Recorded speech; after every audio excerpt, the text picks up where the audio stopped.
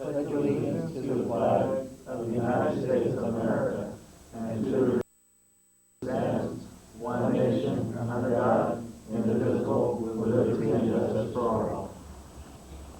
Bow our heads. Lord, thank you for allowing us to meet together this evening and guide us in our decisions we make tonight. Amen. Amen.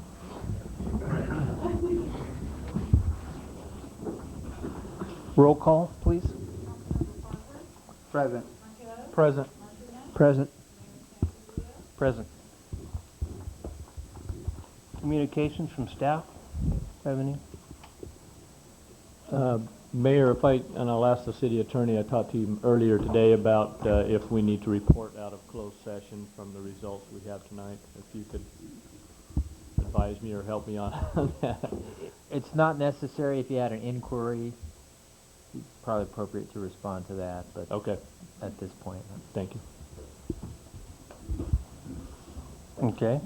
Item number 6, items from the public, non-agenda items. While the City Council welcomes and encourages participation in the meetings, it would be appreciated if you would limit your comments to 3 minutes so that everyone may be heard. Matters under the jurisdiction of the Council and not in the posted agenda may be addressed by the general public at this time.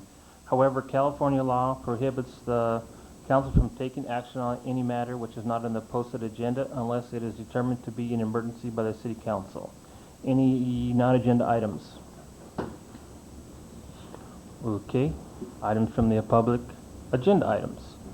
Any member of the audience desiring to address the council on a matter on the agenda, please raise your hand or step to the podium at the time the item is announced by the mayor, in order that all interested parties have an opportunity to speak. Any person addressing the council will be limited to a maximum of 3 minutes unless the mayor grants a longer period of time. Mr. Mayor, Yes.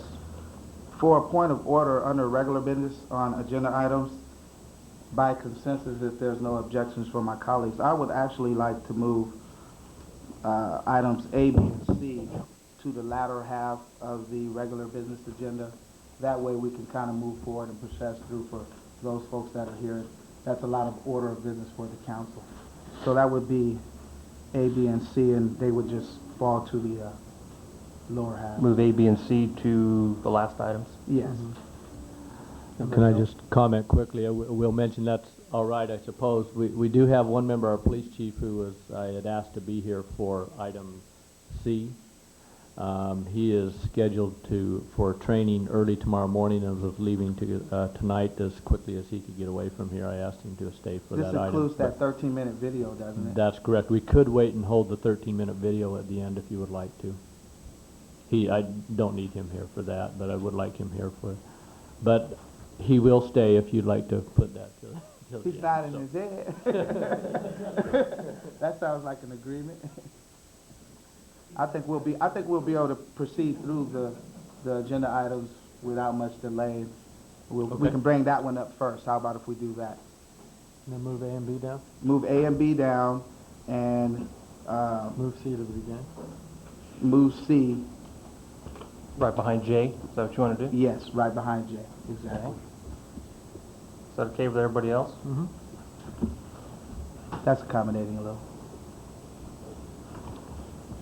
Okay. Number 7, public hearings. We have none tonight. Number 8, consent calendar. Approval of warrants. Approval of minutes of the December 10th, 2002 regular meeting and December 17th, 2002 special meeting. So move. We have a second. I'll second that motion. All in favor? Aye. Opposed? Motion passes 4-0. Number 9, regular business. We'll move down to number D then. Adopt resolution number 2002, a resolution of the Newman City Council calling a special election to fill a vacancy on the Newman City Council created by the election of John Fantasy as mayor and requesting the Southwest County Board of Supervisors to provide services to conduct a special election June 3, 2003. I don't know that we have anything more to report on this. I think we understand that we need to go to the special election. This is the first step that is required. Judy has put together a schedule of calendar items as far as what is required, and so that we meet all the steps along the way. But this is the first step that we have to meet. Unless there's any questions, and we can give you information on dates if you'd like those whenever. I'd ask you, Cleve, about costs, and obviously, Yes. they have no figures for us yet. Yes, Mayor, you had asked me for information about what the election cost us in November. We tried to get that information. They said they haven't calculated it yet. They couldn't give it to us. I did, however, go back and check to see what it was at the last election, and it was actually lower than what I believe I told you on what I thought it was. It's around $2,100 to $2,300 was our share for the last two general elections.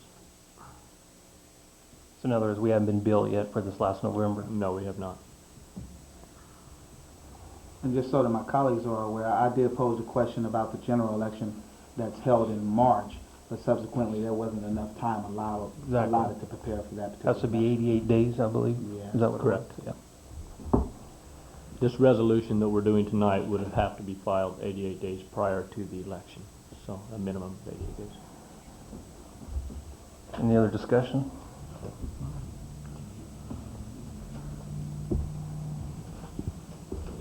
Motion? I move they adopt resolution number 2003, next number, a resolution of the Newman City Council calling a special election to fill a vacancy on the Newman City Council created by the election of John Fantasy as mayor, and requesting the Stanislaus County Board of Supervisors to provide services to conduct the special election June 3rd, 2003. Second motion? All in favor? Aye. Opposed? Motion passes 4-0.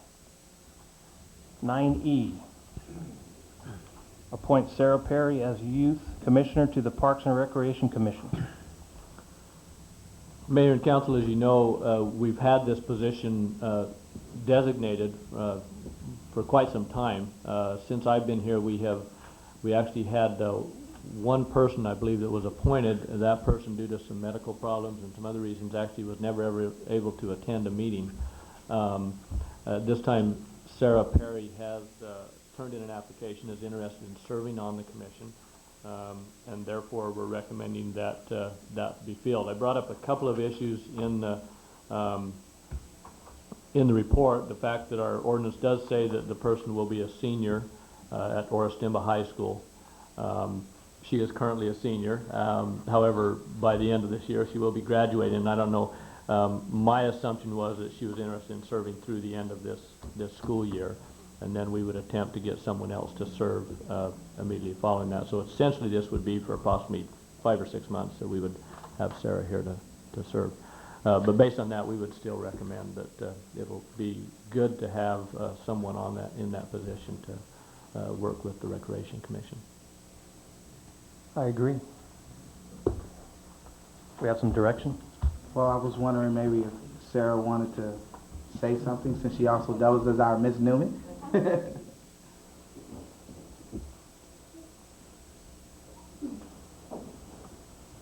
Well, hi everyone. Basically, all I wanted to do was Michelle Sanis had brought this to my attention that there was a position available, and since they're starting the new the youth center is going to be turned into a teen center, I thought that it'd be interesting to have a say in it, since I am at Orostimba High School and I hear what people want and all the good things that are happening.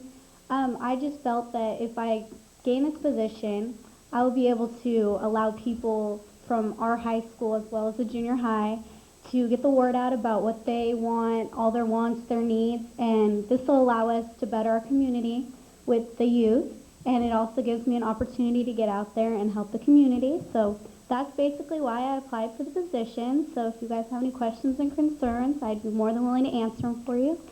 So thank you. Is that it? Any questions? No, I just think it's great having someone like Sarah to represent the youth in this community. We're very fortunate. Unfortunately, we'd like to see you stay longer than 5 months or whatever it would be, but we feel fortunate to have you that long, and I know that college will be calling you, so you'll be going in that direction, but it's very good to have you come forward to volunteer. Well, thank you. And that's the key word that my colleague just mentioned. The last thing he said was volunteer. We've had some difficulty with volunteerism at some points, but it's wonderful when we see someone from your generation stepping forward and taking action, so. Is that it? Okay, thank you. Thank you, Sarah. Can we have some direction then? Mr. Mayor, I move that we appoint Sarah Perry as the Youth Commissioner to the Parks and Recreation Commission. Do we have a second? I second that motion. All in favor? Aye. Opposed? Motion passes 4-0. Congratulations, Sarah. 9F, direct staff to begin negotiations with potential lessees for property located at 1361 Highway 33, Johns Muffler. Thank you, Mayor. This is, I think, a simple item. I just wanted to get council's direction. I had heard some things from some business owners, private people about, do we really lease this, or do we consider just holding it, or perhaps even tearing it down at this time? So I wanted to just make sure that council's direction was, we talked about it briefly a few times, but no formal direction, get council's direction, that you do want me to move forward and talk with potential lessees. I do have potentially at least three people now who have expressed interest that I haven't really got into any real discussions with them, just took their name and address and phone number, make sure that they're interested, and that's as far as I've gone at this point, and I want to get council's direction before I move forward with that, so.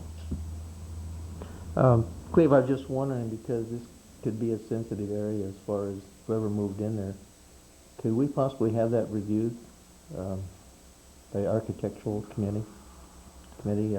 I don't think it would be appropriate to have them review it unless the person moving in is going to make substantial changes to the Okay. building. The one thing that will happen is we will make sure that it is a legal use within that area. It'll have to be legal within our Highway 33 plan and everything that we have there.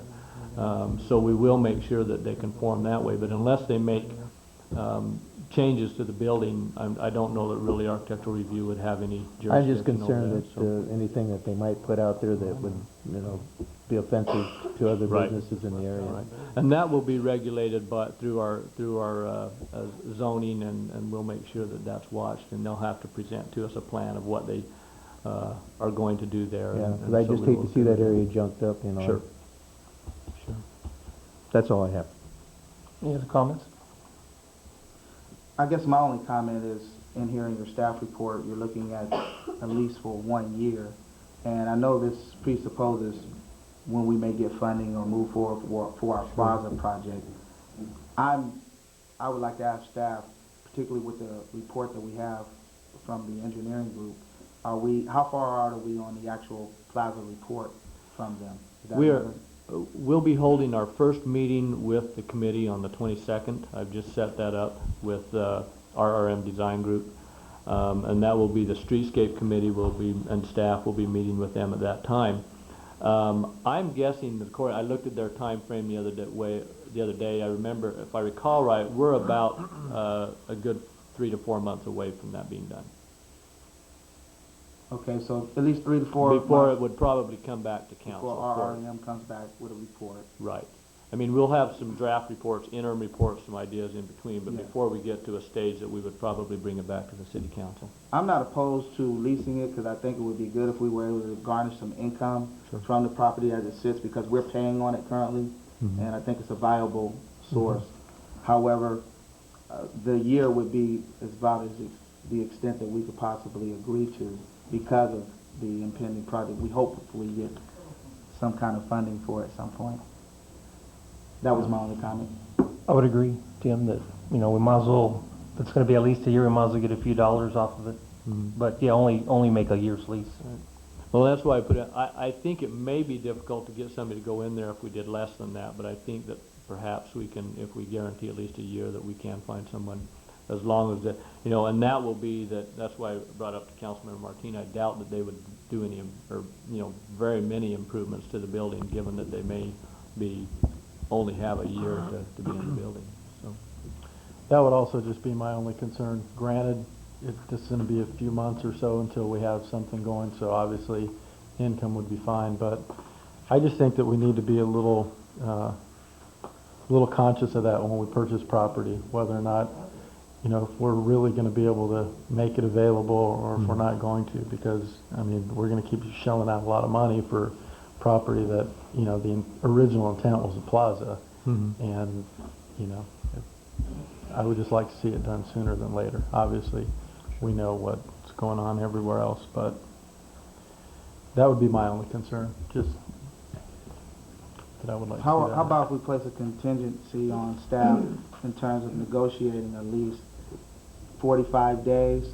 So say, for instance, if someone is interested, that we can possibly have a lease agreement in place within 45 days where we're not dragging this out. In other words, get for it going 3 or as 4 quick as months, possible. And then we have a lease for a year, and then we start having RRM reports coming before us.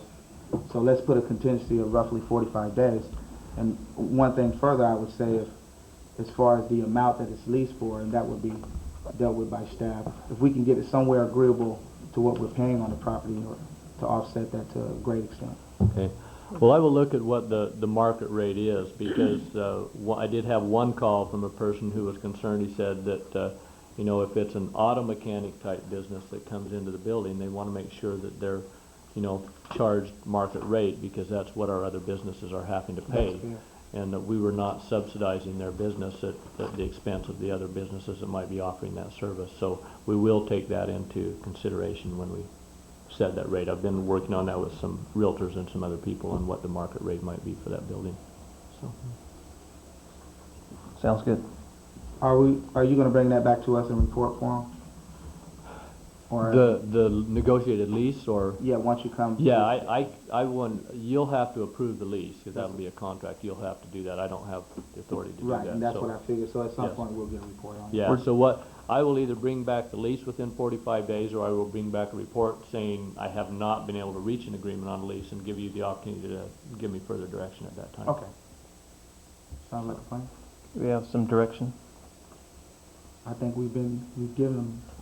Do we need to? Direction? No, we don't need to It's vote not on an this. action item.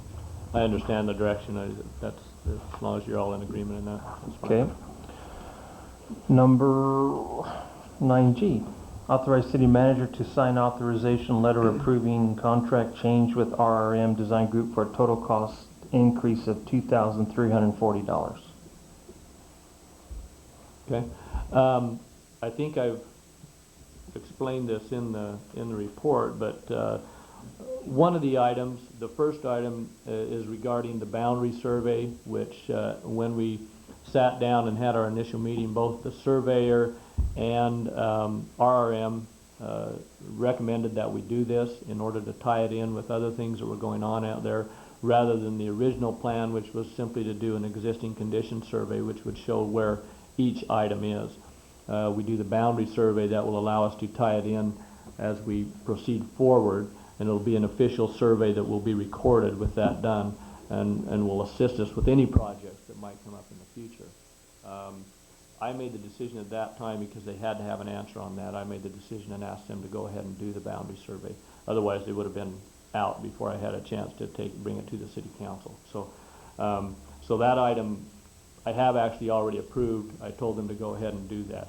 The other item regarding the incidental expenses, this is a normal thing, and it is mentioned in the contract. However, in their schedule of fees, they failed to include that in the line item. I didn't pick up on that when I reviewed the proposal, and therefore it was in the proposal in the text part, but it was not included in the list of fees, and therefore I didn't list it in what I had the council approve. And therefore, I'm bringing this to you for approval. I think it is a legitimate expense. They will have expenses such as travel costs, printing costs, and all of those, which are normally billed at their actual cost. And that is what is being requested by RRM Design Group. Comments? I think the $600 for the survey is prudent for certain, because it includes the Highway 33 corridor to give those elevations. That only makes sense. This additional cost that we're incurring, that you said it was in the text, however, it wasn't actually graphed out in the actual fee. You say normal travel and printing, because it doesn't seem like it's exactly nominal? Can they give an accounting for these? Yes, they do on each bill. We received one bill, and they detailed out, this is for travel, this is for these printing costs, these are for, whatever it might be. They detail that out on the bill and the cost for each of those items. This is an estimate for their entire work. This is what they estimate the cost will be, and it's based on a percentage. They said that's the normal way they do it. They give us an estimate based on a percentage of the contract, and then they take it from there. Now, they actually bill us at actual cost, so it won't come out exactly to that amount. Well, I would say that if we were to approve that amount, that it not exceed that amount. We can do that, sure. Any other comments? Direction?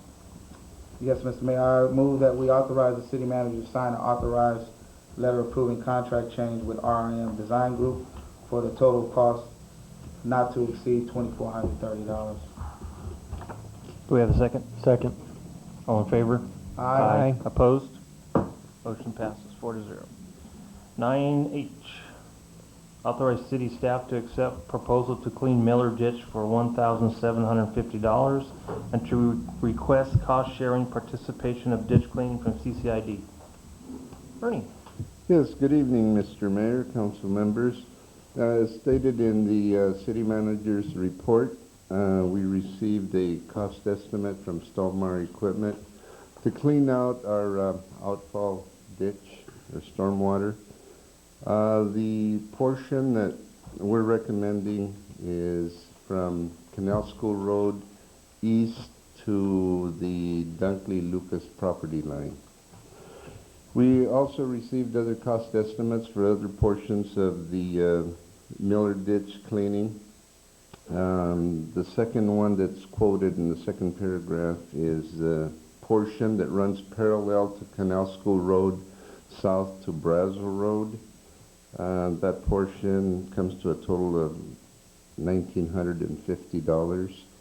And then if the additional cleaning of the Miller Ditch that runs to the west along the south boundary of our industrial park property, that portion is $1,590 to clean.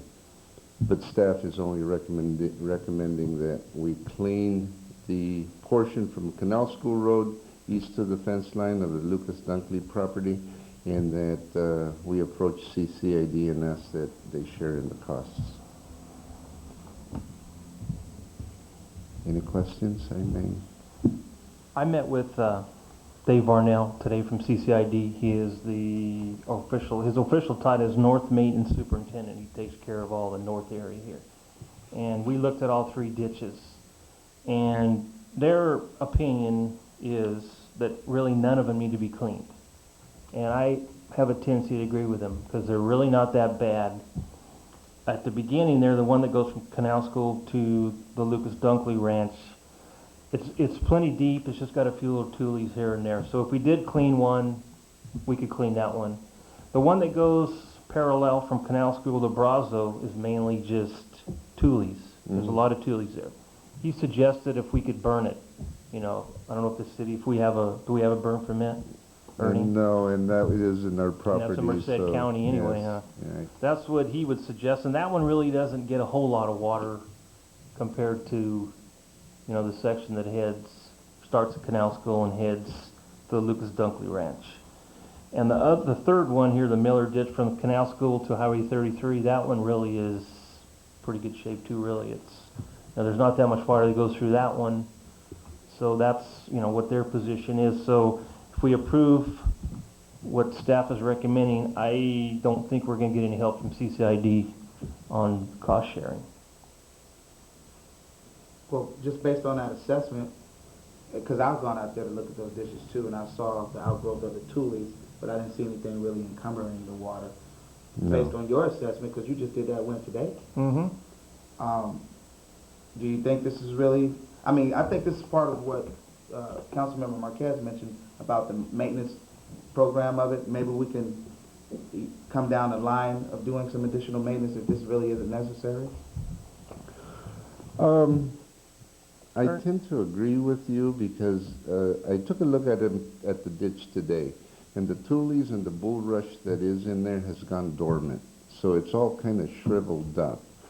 However, you know, there is some silt build up there through the years with all the water running, especially with the ag water running through there.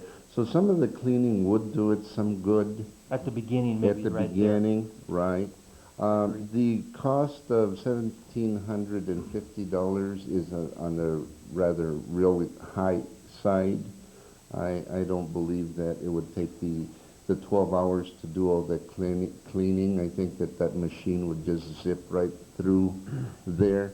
But however, we wanted to come back with this proposal because, as you've seen, we had complaints before from people stating that because the city's failure to clean out the ditch, we caused a lot of flooding problems in the city, which wasn't the case.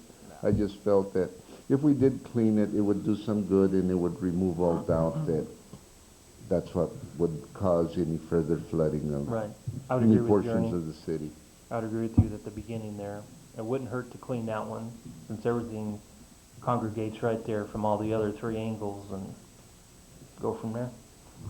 So Ernie, realistically then, because I'm on the first one, we're looking at a 12-hour period at the rate of $125 per hour. What do you think would be more realistic? And is there anything that we have in-house that might alleviate some of those costs? No, you need a long reach excavator as stated in the report. We don't have anything that will reach down there. But I do believe that if we could get them to do maybe 4 or 5 hours work.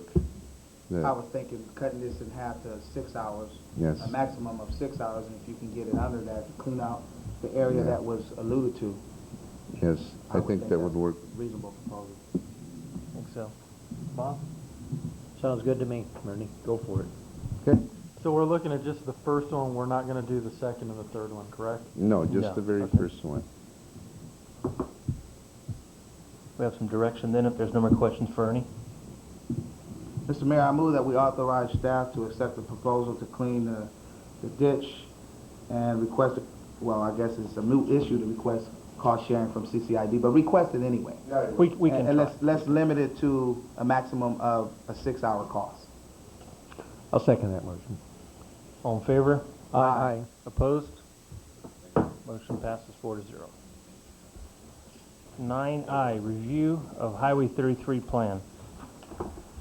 Mayor and council, I made an error at the beginning of the meeting. It was my intention to introduce our new community development director, Michael Holland, prior to him getting to this point and him having this item on the agenda. I apologize for that. Forgot Michael, about but- you. So now we're here. Many of you have had the opportunity to meet him already, but this is Michael Holland, who started, it's your second week now, isn't it? Yeah. So we're excited to have him, and he's already dove right into the work and is making a lot of progress, and I'm really excited to have him. If you haven't had a chance to meet him, if you can get a chance to come into City Hall and meet him, I'd encourage that. He's going to be a great benefit to the city. So with that, you can ask him questions if you want, or otherwise we'll move on with this report item. Any questions before I go on to the report here? Welcome to the team, Mike. Thank you. Just a quick note, I just love your community. My wife and I have already sold our house and plan on being in the community within the next few months or so, as soon as we can find a house. So it's been long-range plans. One of my first tasks that was assigned to me was one of the council members has asked that we review the Highway 33 plan and see if it's still valid for what's going on within our community. Basically what the Highway 33 plan does is it provides policies, guidelines, and standards for anyone who wants to develop within the corridor there. It gives them ideas on what they need to do before they prepare a proposal for this council and for the city as well. The Highway 33 plan also did an analysis on the current infrastructure for the corridor, and it did identify some deficiency there and where some improvements are needed. Most of those costs are going to be borne by the developer. There are some gaps that will probably be paid for by the city through RDA or through some grant funding there and through our master or impact fee program as well. In reviewing the streetscape program or cross sections that are identified within the within the plan. I want to talk to Caltrans about them. Some of them are pretty aggressive and require some take of some land. A lot of the corridor is already developed, especially on the west side. The building's already set, so you're not going to be able to take any land from the west side there. As far as from the east side, the depth, the width ratio of those lots, if you take out 15 or 20 feet off of those properties, it really is going to hamper the development of those properties. So I want to talk to Caltrans about those, and we may come back to you and really look at those cross sections again and see what's going to be best for the city of Newman. For one, to get circulation so traffic can flow through smoothly, as well as to allow those properties to develop to their maximum extent possible. So with that, I would be willing to entertain any of your questions or comments that you may have at this time. Questions for Mike? I really didn't have any specific questions on this plan. I remember when it was adopted. My whole point in bringing it back was just to, obviously bring the rest of the council up to speed. And, we brought back the specific plan. But as we all know, with what's going to be coming down the line with the state budget, it's going to be important that we start to develop Highway 33. We've purchased property on the highway, and it's important that we bring back what our standards are. That way, when it comes time for the redevelopment agency in the city to decide how we're going to develop the highway, that we at least have the guidelines in front of us. So there wasn't any specific things that I wanted to bring back. It was just a matter of getting the council refreshed on the specific plan, because it's been now almost 7 years since this plan has been adopted. Yeah. Yeah, I think there is a need to look at the highway plan, because it's really essential to our city. But one of the things that I feel that, we're short one council person at this time. So I would think any action by this council should be deferred until we have that other council member.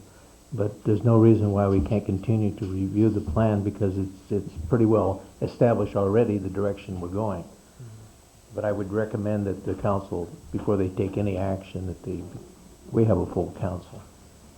It's going to take that long just to talk to Caltrans and see what the governor's going to do, huh? Yeah, that's true. And for the council's note, staff is currently working with property owners within that corridor to develop some properties on here. And there's a couple of different properties that are being proposed for development at this time. So with that, I'd want to see if you concur that we need to basically follow the guidelines and standards within this document to the greatest extent possible, with the understanding that on a case-by-case basis, some minor variations may be necessary, just depending on the project constraints and opportunities that are there as well. So. Mm-hmm. I would agree. Does everybody? Yeah, I think we can move forward with that type of direction, Mike. One of the things that you just brought up, though, was some of the concerns with the easements in particular, because there's, and within this plan, the eventual hopeful widening of Highway 33. And you did mention some properties that on the east side, that 15 to 20 feet would be very detrimental to those businesses. Have you identified those in particular? And I don't need that information currently, but that would be something I think would be pertinent for us to know as well. And right now, to be frank about it, having just recently sat on the STANCOG board meeting that handles transportation funds for our county, there's not a lot of stipend funds right now for highway development anyway. And part of ours would be somewhere along the lines of Highway 33, but just those cost considerations alone and what's going on with the state. I'm glad that we brought it up for review, because I hadn't looked at it in some time. Sure. So. Just quickly, we have had a couple of reviews in looking at that, I call it precise plan line for Highway 33 and where those right-of-ways might be. And I want to work with Mike. We'll bring those back out again. There's some old drawings and stuff. And we did do a little bit of work, as you recall, actually, when we purchased and sold the property on the corner of Highway 33 and Inyo to Mr. Bigelow. Yes. So there is some work is out there. And I think the goal that we should have going into this is to ensure that we minimize any takes, but ensure that the last thing we want is to have a congested Highway 33. You look at that now and think, well, we don't have a problem with congestion, but 25 years down the road it may be too late, and then we've got the congestion. So that's what we need to do, is look into the future and say, what ultimately do we need for Highway 33 so that we avoid that in the future. So we'll begin looking at those and try to bring those back as the time is appropriate to the council. We do have, I just want to mention, as some of you may know, an issue that is coming up right now that will affect that, though, is with the development of the Yancey lumber property that they are proposing. So that it may be sooner than we know that we may have to look at that issue of right-of-way and what we're going to do there. Thank you, Cleve. Any other questions for Mike? No. Welcome aboard. Thank you. Thank you, Mike, and welcome. Thank Moving on to 9J, status report on warranty items from downtown streetscape project. Mayor and Council, you have a list here of the warranty items which we have submitted. The majority of those, as you can see, they are saying that they will replace. They have, Ernie was the one that actually met with them. I was unable to the day that they walked through. So if there's any specific questions, either I or Ernie hopefully can answer those. There are a couple that we are still working on and trying to figure out how to handle those.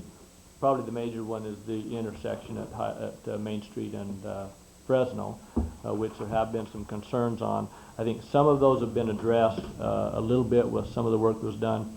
As you know, there is still a concern with all the intersections in the lettering, the way the top of it peeled off. And I believe, Ernie, you mentioned you discussed that with them a little bit, and they want to resolve that part of it. So that's not really an issue. They do want to attempt to. They think that they can resolve that part of it, just the part that's peeling off, so that the aesthetics of it will look better. The structure of the intersections, of the lettering, we believe still has been resolved with the material that they placed in those previously. It's only the top coat that is peeling off. This part that's down in seems to have sealed the letters.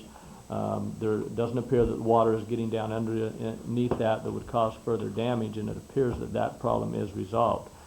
So the main concern that we have right now is, the aesthetics of those lettering and making those look better. But there is a little bit more work that we need to talk with with the contractor and the subcontractor on that issue.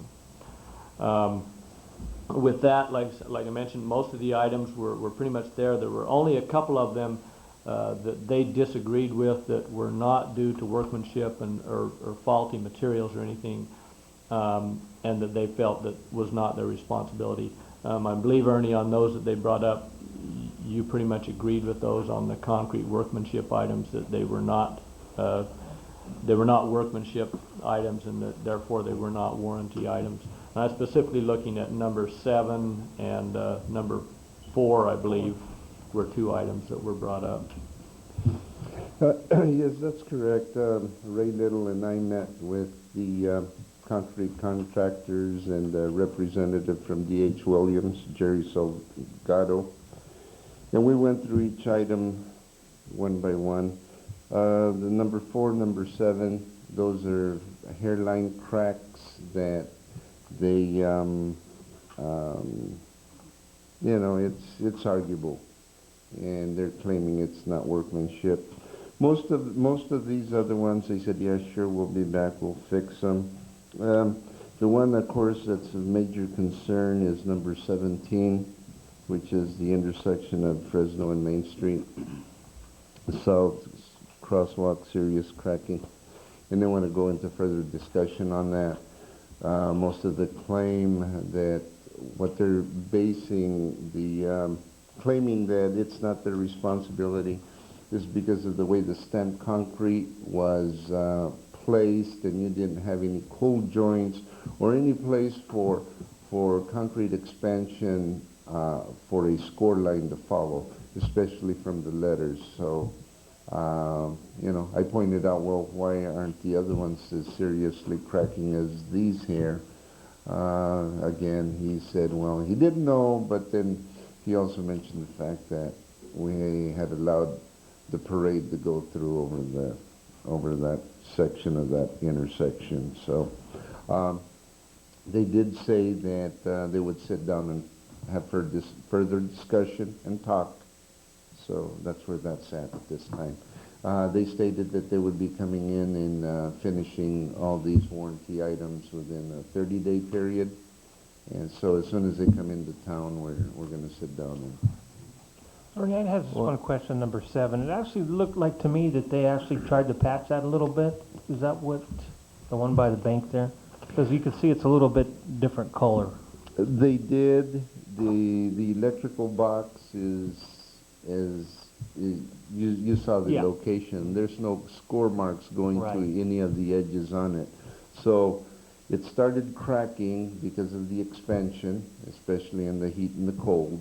And because it had some hairline fractures, they tried to come in and doctor it up and kind of Right. make it look better, and it didn't hold. And so they themselves stated that they had made a mistake in even attempting to doctor it up. Yeah. Any other questions for Ernie? No, I would only comment on the staff report of seeing all the okays. I'd like to see the number of okays I see on this punch list. And additionally, just the further discussion item, particularly number 17 and the crosswalks, if we can continue to hammer that out. Sure. But this is nice to see, particularly considering some of the reservations we had. Right. The fact that they have the rest of their money. Including that number 25, that's the one that surprised me, was the bird bath in the letter A at the Main and Merced Street intersection. And they said, yes, that's workmanship. We'll dig it out, we'll build it up, raise it up, and redo it.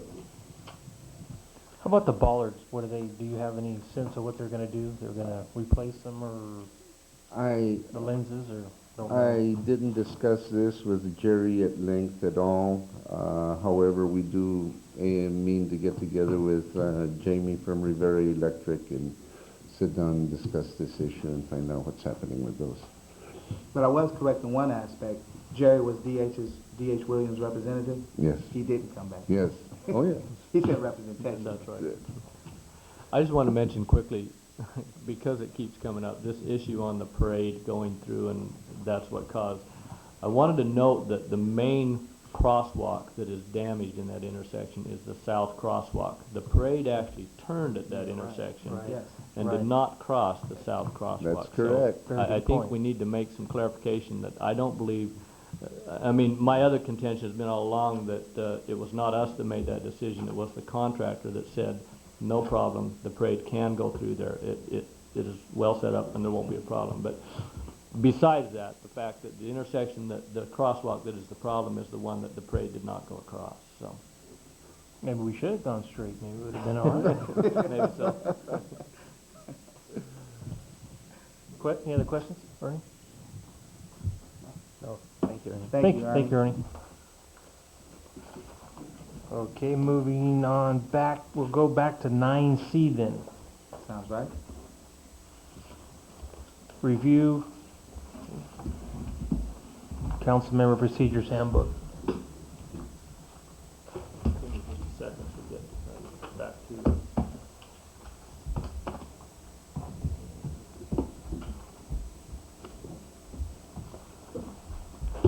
What I did for you, and I'll go through this fairly quickly unless you stop me, is I put together some slides from that Councilmember handbook that I felt were important points to bring up. And there may be others that you're welcome to bring up also. But so I'll run through this quickly and then we can talk about them as we go. The first part on here is just the purpose of the handbook, and I put that in there. That's also in your handbook. It's basically to clarify council's role, staff's role, et cetera, as we go through the whole process. And it's not meant to, as it states there, be overly restrictive on either council or the staff, but it's simply to clarify those positions so that we all have expectations of each other and know what those expectations are. Couple of items that I want to bring up. Getting information. If at any time there's a facility or anything that you want to be more informed about, feel free to contact me and I will set it up with any of the department heads. I know some of you went and visited the wastewater treatment plant, for example, when we got our new aerators. That is always out there to you at any time. Doesn't have to be at any special time, and we will set that up and we have to look at that. Council members do have a voicemail account at City Hall. I don't know if any of you I believe Councilmember Parker uses his. You are welcome to use those, and people can leave you messages there if you would like them to. I am making it available if you would like to also to have a city, if you will, email account. Doesn't really change anything. You have all of you, I believe, now have your personal email accounts where I forward information to you. The only difference with this would be something that would be at cityofnewman.com, which is our website, and it would allow people to contact you through that directly through clicking a button possibly on our website. They could go and leave a message for a council member. It would take some work. We would have to set that up on your, I'm assuming, your personal computers at home if you desire to do that. But if you're interested in that, think of something, we can discuss that further. The current, I believe there would be a minor cost to that, but it's nothing. It's like $1.25 per email account per month. So it's nothing that I think is something to worry about. But we could set that up if the council desires to have those, or something that I felt may be of interest to some of you. Moving on, some of the items that are in there. Council acts as a body. I think this is pretty clear. Staff is to implement the direction of the council majority. No member has any extraordinary powers beyond those of other members. The mayor and mayor pro tem have some additional ceremonial and administrative responsibilities in the establishment of policies. But in the establishment of policies, voting, and other significant areas, all members are equal. Okay. Duties of the mayor, as we mentioned, the mayor runs the meetings of the city council and acts as ceremonial head of the city at functions. One point was made, the mayor does not possess any veto power. I think that's made a point because in some cities the mayor can have veto power. Here he does not. Emergency response. In an emergency, there may be a time when the council may be directed to report to a pre-designated emergency operations center. For the city of Newman, it is this building, consists of here and also in the police department offices if that situation arises. So if you are called and asked to come to the EOC, this is where you come to. Staff assistance, the city manager's office, which basically consists of Judy and myself, provides services for the members of the council.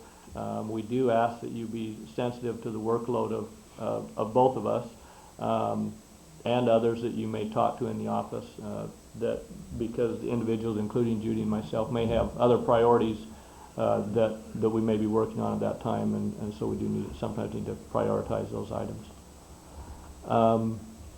Employees, the council, as you know, appoints two positions, the city manager and the city attorney, and those are the two that report directly to them. All other employees report to the city manager either directly or through my department heads. Financial matters. All expenditures must be for public purposes, and improper expenditure may result in personal liability of the individual council member. I brought up the travel expenses, and I discussed this a little bit more in the next slide. Travel expenses, including meals, $75 per diem for council members, and mileage reimbursement are made for city business. Council's aware of that. The city will pay for full cost of commercial transportation to and from meetings and conferences. If commercial transportation is not used, city will pay the usual mileage reimbursement rate. These items here are straight out of the resolution which defines the travel policy. This isn't actually out of the handbook. But, the city pays the $75 for meals and incidental expenses for each day or part day that the council member is away. Cab fare, bus fare, automobile rental, and similar expenses are the sole responsibility of the council member. Again, that item is straight out of the resolution, so I just want to let you know that. I'm not sure exactly what that means. I'm assuming that if you were forced to take a cab from the airport to the hotel, that's still part of the travel and therefore would be reimbursable. But while you're at the conference, you decide to rent a car to go somewhere, my understanding of this is that's not reimbursable. So, and then, as mentioned, all city expenditure records are public record and open to the public scrutiny. So, correspondence, letters from members of the city council must reflect the position of the council as a whole. Letters sent after a position has been adopted should reflect that position or be sent as a private citizen. that's sometimes difficult to present yourself as a private citizen when you're on the council, but it is a possibility to be done that way. Similar to written correspondence, when members are requested to speak to groups or are asked the council's position on an issue, the response should reflect the position of the council as a whole. Of course, a member may clarify their vote on a matter by stating, "While I voted against this, the city council voted in support of it." So it's not that you have to say that I don't still disagree with it, but you do have to present what the council's position is on that item. Before you move to the next Sure. slide, I just want to interject here to make Sure. a clarification. That's particular and really construed to when we use city letterhead in particular as well, because at any time as a council member, you can state your opinions as you feel, because that's what we do in debate, if you use your own letterhead as well. And I've taken advantage of using city letterhead from time to time as well. And what you're talking about there, I'm assuming, is that you're expressing your personal opinion. I'm assuming that should be listed, the situation where they're talking about as a private citizen rather than a council member? Well, it's distinguishable in not only just our outlay here, but also in the League of City conferences, they have outlays that give Sure. guidance. And much of this is derived from that It is, correct. and city manager books. Right. Okay. Action on legislation. This is one that concerns me a little bit. The council has adopted a practice of requiring analysis of bills prior to taking any official position. As the council knows, many times when these things come out, they come to my attention normally. Many times there's not time to take it to a council to respond. And I will admit that there have been times when I have responded to legislation, but only when I feel that I have the support of the whole council, because I think that is important. But I just want to bring that to your attention and make sure, if it's the council's direction that they don't want me to respond to these, you should let me know, because there are times when I feel that there are important issues. I put some in your, for example, on the budget right now. There's some items that they've asked us to respond to, and I put those in your box. I just got those today, so it's not on the agenda tonight. But and that one, we probably have time. We could place it on the next agenda if you'd like to. But there are items that sometimes, they ask us to respond within days. And so I would like kind of council's position, do you want me to respond to those? Some would say, well, it's just small Newman, do we really need to worry about it? Others are responding, but generally the league is telling us, it doesn't matter who you are, you should respond to these. So I would just kind of think, does the council want me to continue to respond to these on an occasion when I feel it? I get the emails from the league direct myself. I don't know if my other colleagues are getting I'm on the that same list as ones. well. Yeah. The only thing that I would say in relation to that, if you're going to respond, is that we're informed to some extent. Sure. Because I think that it only behooves you as a city manager to make certain that we're aware of what your comments may be, or that they are in line, rather than just getting a feel that they may be in line.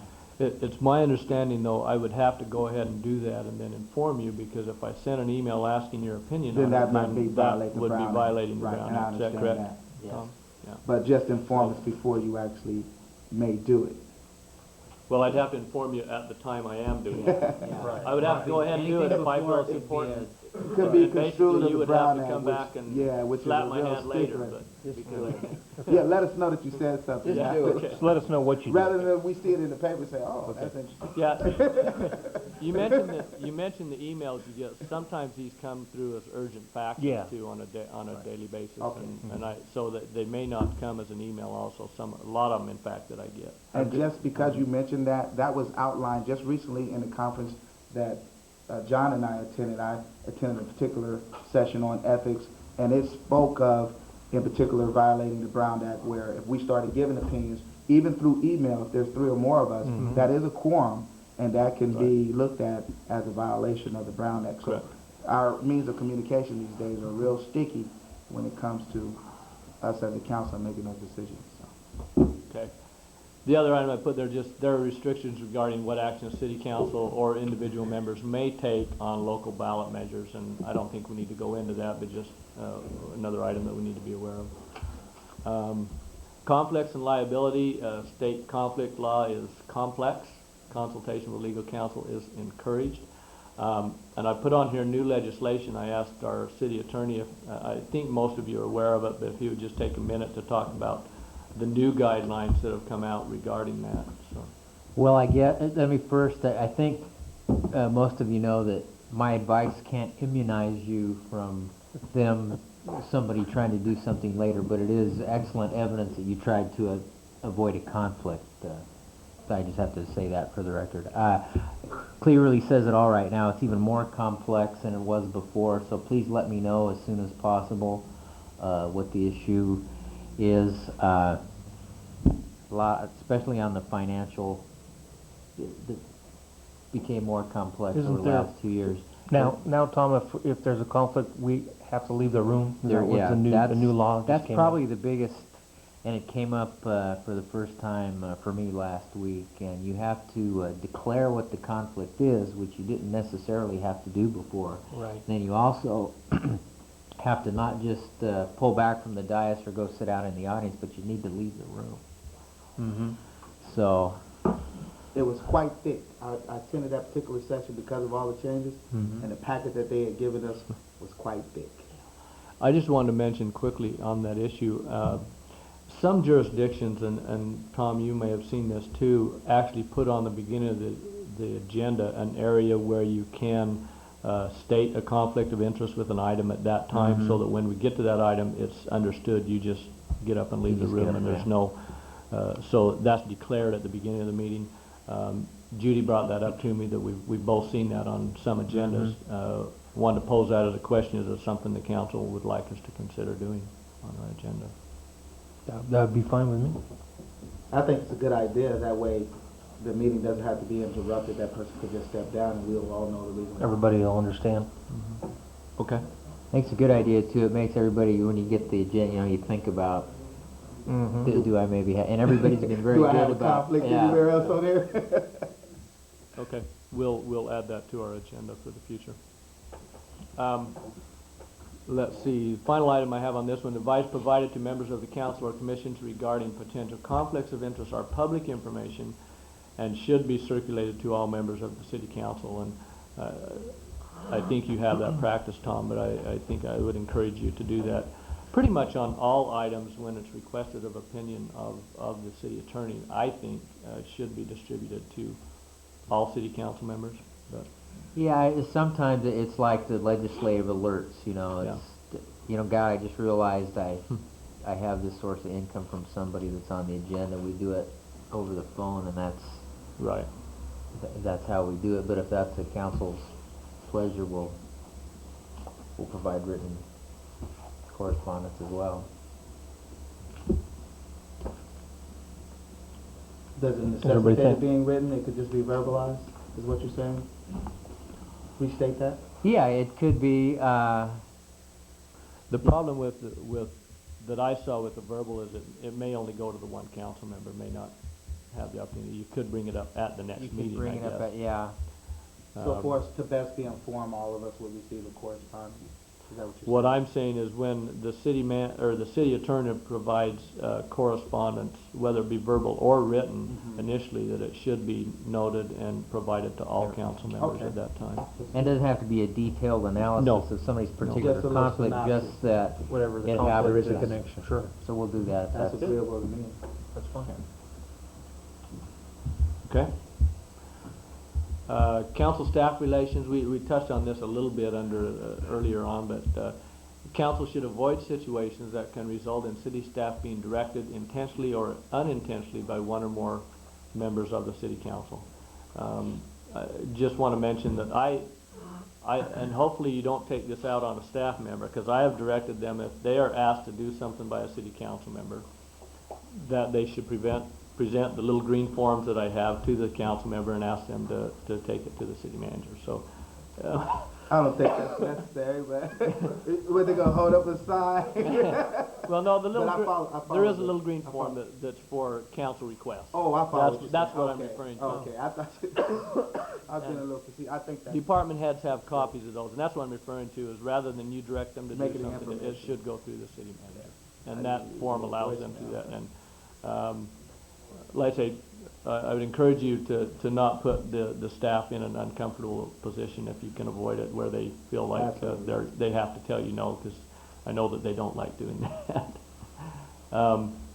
Regular communications between city council and the city manager is important in maintaining open communications. Hopefully I've let you know that whenever you need to talk to me, my door is open. You're welcome to come in. I'm trying to improve on the issue with the emails. I think I've done a little bit better over the last few months to inform you whenever there's an issue. I've had a hard time doing that on a regular basis, just saying an automatic thing. I feel it works better and is of more value to you if I do it when there's an issue that comes up, rather than saying you're automatically going to get one on this date. But I suppose I could. At one time I intended to do it that way, but I got to a point where I'd come to a Friday when I was supposed to do that, and I would say, I don't really have anything in particular that has come up. And I hate to make them too mundane for the fact that you may start getting them say, it's just the same old thing, I don't want to read it. So I try to do that. My current practice is to send those out immediately when I have an item that is urgent or that I know is of interest to the council members. So. Just say hello, that's fine too. Okay. Council can request information from staff members. However, information which requires research and or analysis should go through the city manager's office. Requests which require significant staff time should be approved by the full city council. So, you know, you and I will determine, I guess, what significant city staff time is when we go through that, if we ever get to that point, and I don't see that happening. But again, staff is to make recommendations based on judgment and standards as professionals in their field. The city council ultimately makes policy decisions based on a broad array of factors. The full city council retains power to accept, reject, amend, influence, or otherwise guide and direct staff actions, decisions, recommendations, workloads, and schedules, department priorities, and the performance of city business through the city manager or through the council in a meeting such as we are tonight. Point is, it's my practice, and I constantly let my staff know that when they present a staff report to the city council that I want staff's recommendation on that. There are times when very rare though I believe, that we don't have a recommendation that we may give to you because it may be that it might be, but generally I will present a recommendation to the staff, to the council. That's not viewed as that's the way it has to be, and we expect to get questions on those and your opinion on those. So don't view that as a negative thing. It's just we feel it a responsibility as staff is to give you our recommendation on these items as we bring them forward. So. Contents within discussion within closed session shall not be disclosed. That, I think everybody understands that one. Normal procedure on agenda items for council meetings is for staff to give a presentation. The proponent or the private developer or citizen, whoever, will then give a presentation, followed by public comment, and then brought back to the council for discussion and action. Council members may request any item be pulled from the consent calendar, and that action is taken separately on that item. That's a pretty simple one. Council action, this has come up, some people have questioned me about it from time to time, so I thought I'd put this on there. Clearly the yes vote, we understand that is to agree with the motion. No vote is to disagree with the motion. Couple of questions on the abstention. This action should only be used when a council member has a conflict or an apparent conflict. It could be used at that time. And then under the no vote, if a council member disagrees with a portion of a two-part motion, they should ask to have the two parts voted on separately rather than abstain or vote no on the motion. That way it's clear what their position is. However, it is also stated that there is no requirement that a council member give their reasoning for voting no on an action. Absolutely. If you just decide you want to vote no, you don't have to explain that to anybody if you don't want to. That's right. So. Council protocol, a member of the city council or staff shall first address the mayor and gain recognition. That's proper protocol in in council meetings. And then I put in here, discourage side conversations and disruptions or interruptions that may delay the council members, the council meetings. And that's it for those items. Any questions or any other items that council would like to discuss? I'll just make a couple of comments. I think it's good that we review this from time to time. The last time we did this was back in 2001 when I first began serving on the council. There's seasoned council members here. I think the least amount of experience here is now 2 years. And Councilmember Marquez, along with Councilmember Martina, have been sitting on the council for a number of years. Excuse me.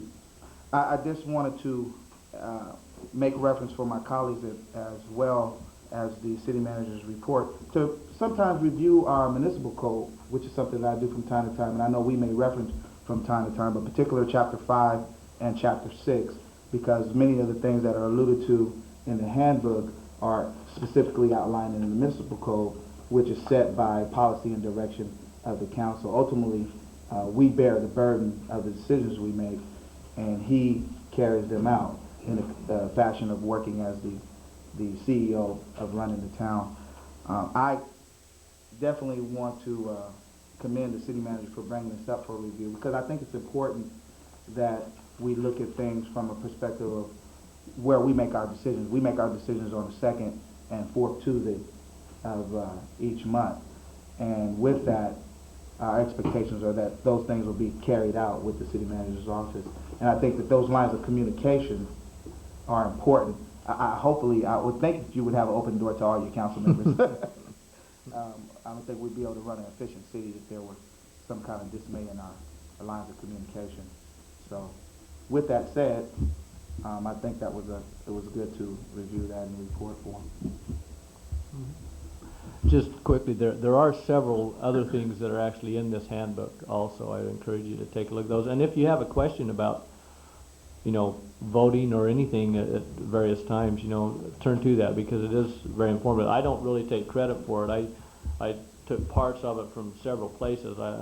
Not very much of it is original to me, but I think it is a very good handbook and it has some very valuable information in Let me suggest one other book that I refer to from time to time, which helps with protocol, especially conducting meetings, is the Robert's Rule of Order. It's pretty basic, and it's used throughout all the meetings and business meetings that we sit on.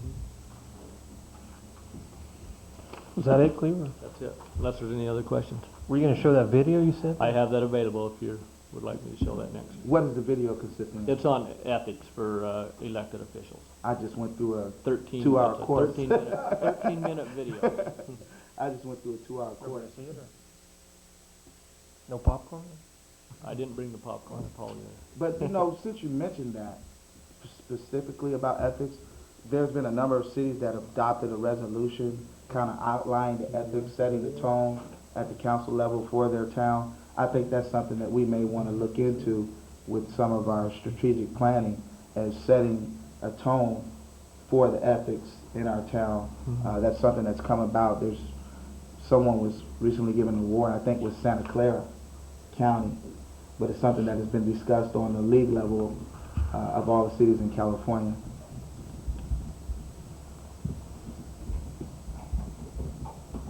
I guess we're going to move on then. Nobody wants to see the video?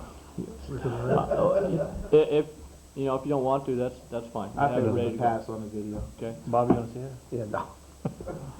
If you'd like to, John mentioned that they brought it up at the conference that he was recently at. You don't have any popcorn, I don't want to see it. No popcorn. We'll get popcorn next meeting. I can simply make it available and route it around to you if you'd like to, and you watch it on your own. Yeah, if anybody would like to watch it.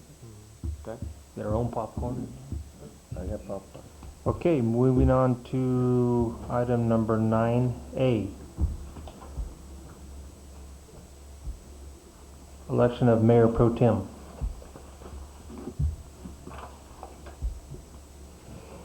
Well, seeing that this is regarded as